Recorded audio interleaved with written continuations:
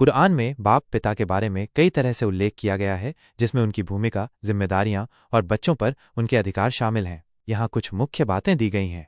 1. माता पिता के प्रति सम्मान और आज्ञाकारिता।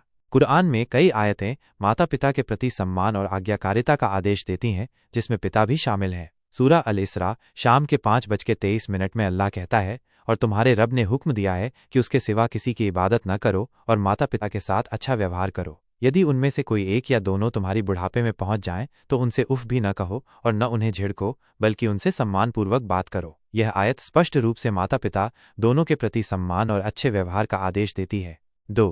पिता की जिम्मेदारी। कुरान बच्चों की परवरिश और उनकी देखभाल की जिम्मेदारी मुख्य रूप से पिता पर डालता है। सूरह अल-बकरा 2:233 में कहा गया है, और माएँ अपनी संतानों को पूरे 2 साल तक दूध पिलाएं। ये हुक्म उसके लिए है जो दूध पिलाने की मुद्दत पूरी करना चाहे, और जिसका बच्चा है यानी बाप पर वाजिब है कि वो उन माओं को मामूल के मुताबिक खाना और कपड़ा दे। इस आयत से पता चलता है कि पिता को बच्चों की बुनियादी ज़रूरतों जैसे भोजन और कपड़े का ध्यान रखना चाहिए। 3. विरासत में पिता का हिस्सा।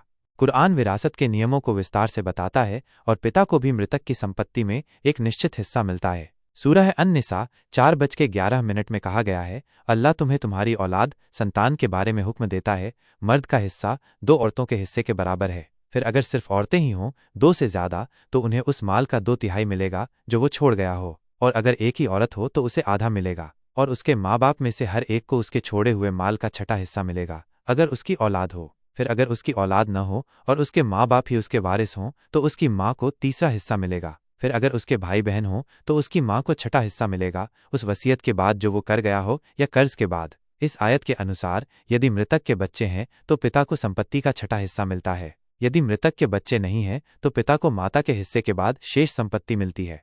4. पिता का मार्गदर्शन और शिक्षा। कुरान सीधे तौर पर इस बारे में बात नहीं करता कि पिता को अपने बच्चों को क्या सिखाना चाहिए, लेकिन इस्लामी परंपरा और शिक्षाओं से यह स्पष्ट है कि पिता की यह जिम्मेदारी है कि वे अपने बच्चों को धार्मिक और नैतिक मूल्यों की शिक्षा दें। एक अच्छा पिता अपने बच्चों के लिए एक रोल मॉडल होता है और उन्हें सही रास्ते पर चलने के लिए प्रेरित करता है।